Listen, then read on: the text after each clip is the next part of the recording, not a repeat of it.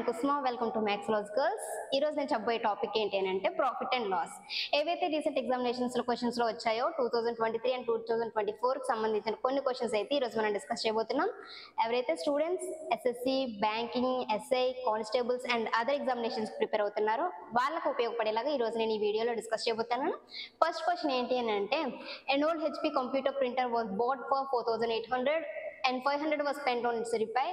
If it was sold for 6,360, then its profit percentage is. మన question ఏం అడిగారు? Profit percentage అని అడిగారు. సో క్వశ్చన్ చూసుకున్నట్లయితే ఒక ఓల్డ్ కంప్యూటర్ అనేది 4,800 రూపీస్కి వాళ్ళు కొన్నారంట. అండ్ దాని యొక్క రిపేర్కి వాళ్ళు ఎంత స్పెండ్ చేశారు? 500 రూపీస్ స్పెండ్ చేశారు. ఒక కంప్యూటర్ అనేది 4,800 రూపీస్ కొంటే దాని మీద రిపేర్కి ఎంత స్పెండ్ చేశారు అని అంటే 500 రూపీస్ స్పెండ్ చేశారు. టోటల్ ఇన్వెస్ట్మెంట్ ఎంతండి? 5,300 రూపీస్ వాళ్ళు ఇన్వెస్ట్ చేసినట్టు.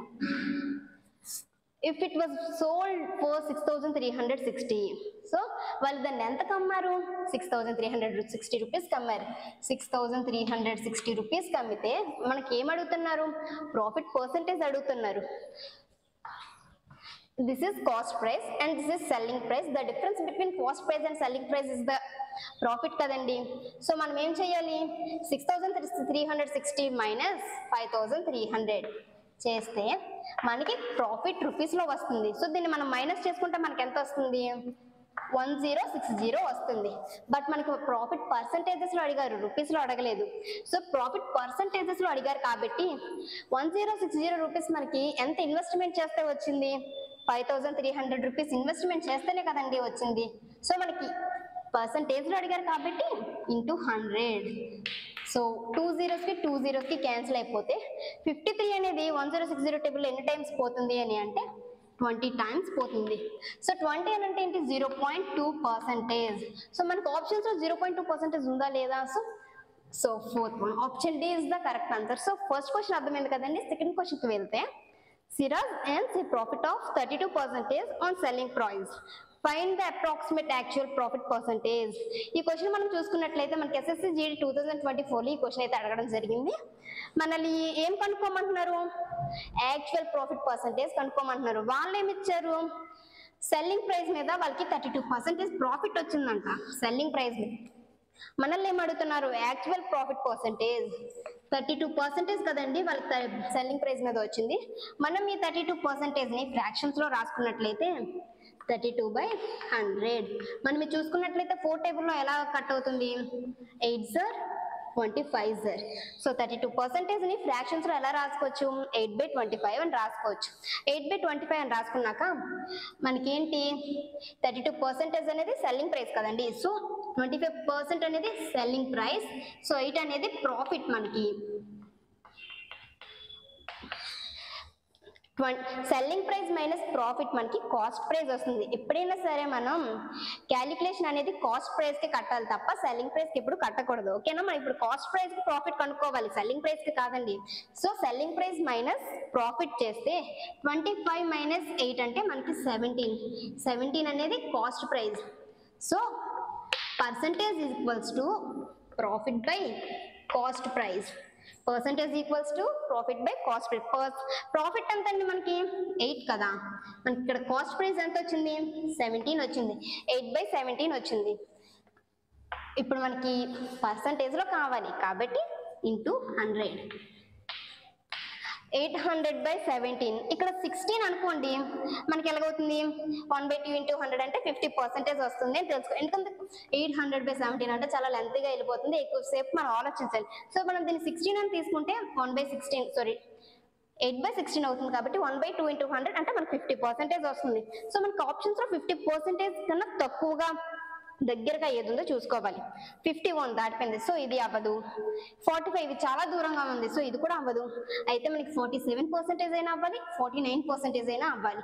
సో ఇప్పుడు మనం ఏం చేసుకోవాలి? 17 డివైడ్స్ 800 అని అంటే మనకి దగ్గరగా 47% వస్తుంది. సో 47% ఉంది కదండి. So option 3. Okay. Next question చూసుకున్నట్లయితే ఎస్ఎస్సి సెలక్షన్ 2024లో ఈ క్వశ్చన్ అయితే అడగడం అయితే జరిగిందండి. ఆ క్వశ్చన్ ఏంటి అని అంటే the difference between the cost price and the selling price of a table lamp is 540 rupees. If the profit is 30%, then the selling price is. మనకి క్వశ్చన్ ఏం అడిగారు? సెల్లింగ్ ప్రైస్ ఎంత అని అడిగారు. సో మనం క్వశ్చన్ చూసుకున్నట్లయితే ఒక టేబుల్ ల్యాంప్ యొక్క cost price and selling price difference ఎంత అని అంటే 540 రూపీస్ అంట. ఇఫ్ ద ప్రాఫిట్ ఈస్ 30%, దాని యొక్క ప్రాఫిట్ ఎంత 30% అని అడుగుతున్నారు. సో దాని యొక్క సెల్లింగ్ ప్రైస్ ఎంత అని అడిగారు. టేబుల్ ల్యాంప్ యొక్క cost price selling price difference ఎంత అండి మనకి 540 రూపీస్. 540 రూపీస్ మనకి ఎప్పుడైనా సరే the difference between cost price and selling price is nothing but profit కదండి. The difference between cost price and selling price is nothing but profit. So 540 rupees అనేది ఏంటి మనకి ప్రాఫిటే కదండి. ప్రాఫిట్ అనేది రూపీస్లో అయితే 540 అంట, అదే ప్రాఫిట్ పర్సంటేజ్లో అయితే 30% అని అంట. ప్రాఫిట్ అనేది రూపీస్లో అయితే 540, ప్రాఫిట్ అనేది పర్సంటేజెస్లో అయితే 30. సో మనం ఎలా రాసుకోవచ్చు 30% వాల్యూ 540 అని రాసుకోవచ్చు కదండి. 30% వాల్యూ 540 అయితే సో ఓవరాల్ సెల్లింగ్ ప్రైస్ ఎంత అని అంటే 100 + 30 ఎంతండి 130 కదా. 130% వాల్యూ ఎంత అంటే మనకు సెల్లింగ్ ప్రైస్ మనల్ని కొనుక్కోమంటున్నారు. సో పర్సంటేజ్కి క్యాన్సిల్ అయిపోతుంది. 30 1s 30 18s 540. సో 18 × 130 చేయాలి. ఇదంతా చేసే బదులు లాంగ్ ప్రాసెస్ కాబట్టి జస్ట్ లాస్ట్ డిజిట్ చేసుకుంటే 8 0s 0, 8 3s 24. సో లాస్ట్ లో 40 ఎక్కడ వచ్చిందో చూసుకుందాం. సో ఆప్షన్ ఏ లో 40 కనిపిస్తుంది, మిగతా ఏ ఆప్షన్స్ లో కూడా 40 లేదు. So option A is the correct answer. మనం నెక్స్ట్ క్వశ్చన్ చూసుకున్నట్లయితే ఈ క్వశ్చన్ మనకి SSC GD 2024 లో అయితే అడగడం జరిగింది. క్వశ్చన్ ఏమంటున్నారు, a merchant bought 2 watches for 9,000 each. He sold 1 watch at a loss of 10%. At what price should he sell the other watch to earn a profit of 18% overall? ఒక merchant అంట 2 watches కొన్నారు, each watch 9,000 rupees అంట. ఒక merchant 2 watches కొన్నారు, each watch 9,000 rupees. Sold 1 watch at a loss of 10%. ఒక watch అనేది 10% loss కమ్మేశారంట. ఇంకొక watch మొత్తం 18% వాళ్ళకి ప్రాఫిట్ రావాలి. ఓవరాల్ గా ఎంత కమ్ముతున్నారు అని మనల్ని అడుగుతున్నారు. సో మనం ఏం చేస్తాము 2 వాచెస్ కదా, ఈచ్ వాచ్ 9,000 అంటే 2 × 9,000 ఎంత 18,000 కదా. సో అతను మొత్తం ఇన్వెస్ట్మెంట్ ఎంత అంటే 18,000 రూపీస్.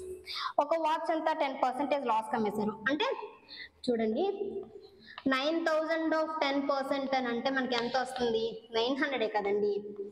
9,000 of 10% అంటే 2 zeros కు 2 zeros కి అండ్ పర్సంటేజ్ కి క్యాన్సిల్ అయిపోతే ఆఫ్ అంటే మల్టిప్లికేషన్ అండ్ మీనింగ్. సో 90 × 10 అంటే 900. సో మనకి 900 లాస్ వచ్చింది ఒక వాచ్ అమ్మేటప్పుడు. సెకండ్ వాచ్ అమ్మేటప్పుడు మనకి 18% ప్రాఫిట్ అంటే ఓవరాల్ గా మనకి ఎంత వచ్చింది అని అడుగుతున్నారు.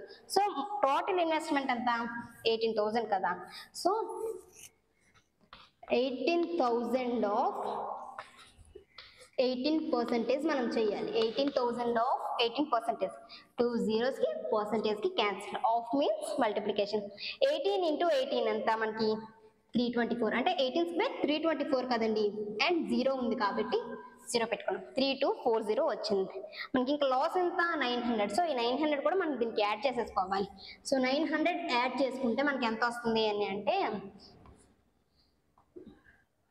ఓకే సారీ 0 4 1 4 ఓకే 4140 వచ్చింది. 4140 ఈచ్ వాచ్ ఎంత 9,000. సో ఫస్ట్ వాచ్ అలాగా 10% లాస్ కమ్మేసాం కాబట్టి సెకండ్ వాచ్ ఎంత 9,000. 9,000 కి 4140 మనం యాడ్ చేసుకోవాలి.